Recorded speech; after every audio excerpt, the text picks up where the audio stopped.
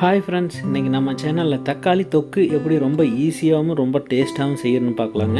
வீடியோவை கடைசி வரைக்கும் பாருங்கள். நம்ம சேனல் புதுசாக இருந்தால் நம்ம சேனலை சப்ஸ்கிரைப் பண்ணிக்கிங்க, கூடவே லைக் பண்ணிக்கிங்க. வாங்க இப்போ வீடியோக்குள்ளே போகலாம். அடுப்பில் ஒரு பாத்திரம் வச்சுக்கலாங்க. பாத்திரம் காஞ்சோடனே அதில் சமையல் எண்ணெய் ஊற்றிக்குவோம். எண்ணெய் நல்லா காயிட்டுங்க. எண்ணெய் காஞ்சோடனே அதில் 1 டேபிள் ஸ்பூன் அளவு கடுகு ஆட் பண்ணிக்கலாங்க. கடலைப்பருப்பு ஒரு 1/4 டேபிள் ஸ்பூன் ஆட் பண்ணிக்குவோம்.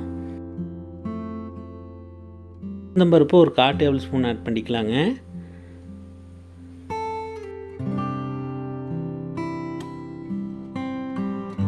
நல்லா பொரிஞ்சு வரட்டுங்க. இப்போ பார்த்தீங்கன்னா பெரிய வெங்காயம் ஒரு 2 எடுத்து சின்ன சின்ன பீஸாக கட் பண்ணியிருக்கிற, கருவேப்பிலை கொஞ்சம் எடுத்துருக்குறேங்க. இதை நல்லா பச்சை வாசம் போடுற அளவுக்கு நல்லா வணக்கி விட்டுக்குவோம். இதை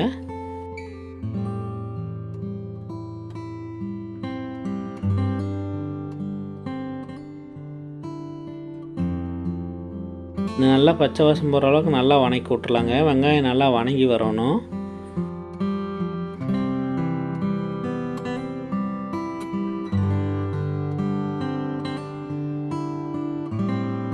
இந்த டைமில் பார்த்தீங்கன்னா நம்ம வரமிளகா ஒரு 2 வரமிளகா எடுத்து கிள்ளி வச்சுருக்குறோம். அதையும் ஆட் பண்ணிக்கலாங்க. ஆட் பண்ணிவிட்டு இதையுமே நல்லா வணக்கி விட்டுக்கலாம்.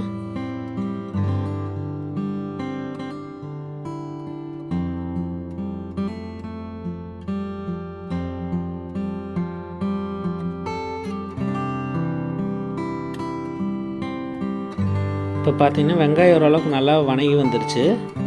இந்த டைமில் பார்த்தீங்கன்னா தக்காளி ஒரு 5 பழம் எடுத்து சின்ன சின்ன பீஸாக கட் பண்ணி எடுத்து வச்சுருக்குறேங்க.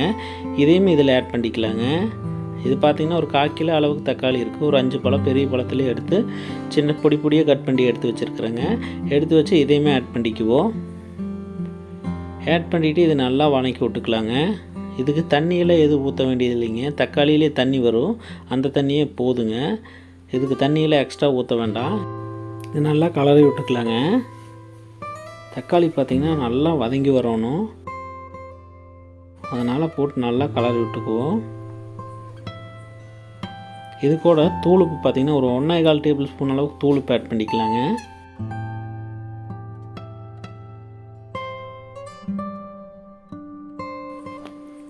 தூளுப்பு ஆட் பண்ணிவிட்டு இதையுமே நல்லா கலரி விட்டுறலாங்க.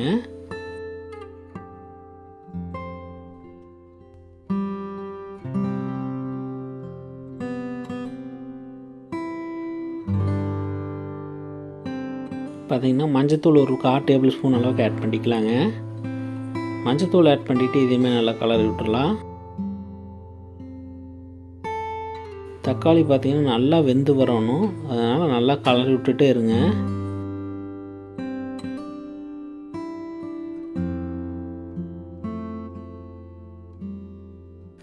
ஒவ்வொருத்தர் பார்த்திங்கன்னா மிக்சியில் நல்லா பேஸ்ட்டாக அடித்து விட்டு தக்காளி தொக்கு செய்வாங்க.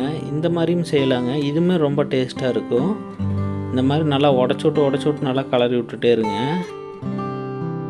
இப்படி இப்போ உடச்சி விட்டு நம்ம கலர்றப்ப பார்த்திங்கன்னா தக்காளி பார்த்திங்கன்னா நல்லா ஊறுகாயாட்டம் ஆயிருங்க.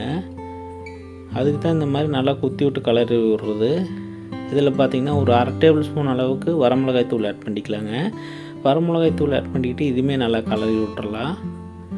இது பார்த்திங்கன்னா தண்ணியெல்லாம் நல்லா வற்றணும். இந்த தக்காளியெல்லாம் பார்த்திங்கன்னா நல்லா ஊறுகாய் மாதிரி ஆகணுங்க. நான் ரொம்ப பேஸ்டாட்டம் ஆகணும். அப்படின்னா தான் கரெக்டான இது இருக்குதுங்க தக்காளி தொக்கு. அப்போ தான் சாப்பிட்றதுக்கும் நல்லாயிருக்கும். அதனால் இந்த மாதிரி நல்லா உடச்சி விட்டு நல்லா கலரி விட்டுட்டே இருங்க. இதுக்கு தண்ணி ஊற்றினோம்னா தண்ணி அதிகமாக போயிருங்க. அப்போ பார்த்திங்கன்னா நமக்கு வேகிறதுக்கு ரொம்ப லேட்டாகும். தண்ணி வற்றுறதுக்கு ரொம்ப லேட்டாகும். டேஸ்ட்டும் கம்மியாக போயிடும். அதனால் தக்காளியில் இருக்கிற தண்ணியே போதுங்க. இப்போ பார்த்திங்கன்னா ஓரளவுக்கு தண்ணி வற்றிடுச்சு. இன்னுமே தண்ணி வற்றணும். பாத்திரத்தில் பார்த்திங்கன்னா இந்த தக்காளி ஒட்டக்கூடாதுங்க. இது தக்காளி எண்ணெய் பிரிஞ்சு வரணும். அந்தளவுக்கு நல்லா கலரி விட்டு நல்லா வேக விட்டு எடுத்துக்கலாங்க. கைவிடாமல் இந்த மாதிரி கலரி விட்டுட்டே இருங்க. இதில் பார்த்திங்கன்னா ஒரு 10 பல்லு பூண்டு ஆட் பண்ணிக்கலாங்க. பூண்டு வேணுன்னா உங்களுக்கு ஆட் பண்ணிக்கிங்க, அப்படி வேண்டலைன்னா விட்டுருங்க. பூண்டு ஆட் பண்ணிவிட்டு இதையுமே நல்லா கலரி விட்டுறலாம். தக்காளிலேருந்து பார்த்திங்கன்னா தண்ணி நல்லா வற்றணுங்க. இதுலேருந்து பார்த்திங்கன்னா ஆயிலும் நல்லா பிரிஞ்சு வரணும். அந்த அளவுக்கு நம்ம நல்லா கலரி விட்டுட்டே இருக்கலாம். அப்போனா தான் தக்காளி தொக்கு ரொம்ப நல்லா இருக்குங்க. டேஸ்ட்டாகவும் இருக்கும். இந்த மாதிரி உடச்சி விட்டு கலர்னால பார்த்திங்கன்னா உங்களுக்கு பார்த்தாவே தெரியும். தக்காளி பார்த்திங்கன்னா தக்காளி இருக்கிறதே தெரியாது. இது பார்த்திங்கன்னா நல்லா ஊறுகாயாட்டம் ஆயிடுச்சு பாருங்கள். இன்னுமே நல்லா தக்காளியெல்லாம் இன்னும் வற்றணும். தண்ணி நல்லா வற்றணும், பாத்திரத்துலேயே ஒட்டக்கூடாதுங்க. எண்ணெய் நல்லா பிரிஞ்சு வரணும், அந்த அளவுக்கு நல்லா கலரை விட்டு இருக்கலாங்க.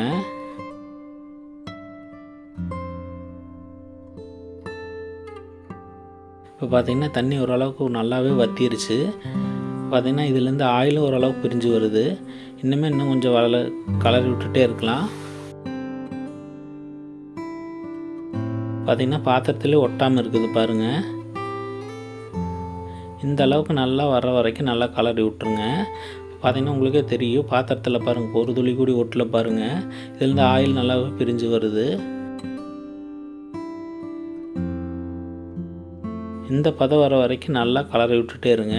அப்படின்னா தான் நமக்கு தக்காளி தொக்கு சாப்பிட்றதுக்கு நல்லாயிருக்கும்.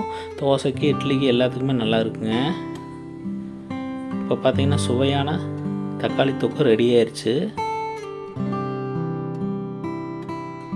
இது செய்யறது ரொம்ப ஈஸியாக செஞ்சிடலாங்க. சாப்பிட்றதுக்கு அவ்வளோ டேஸ்ட்டாக இருக்கும்.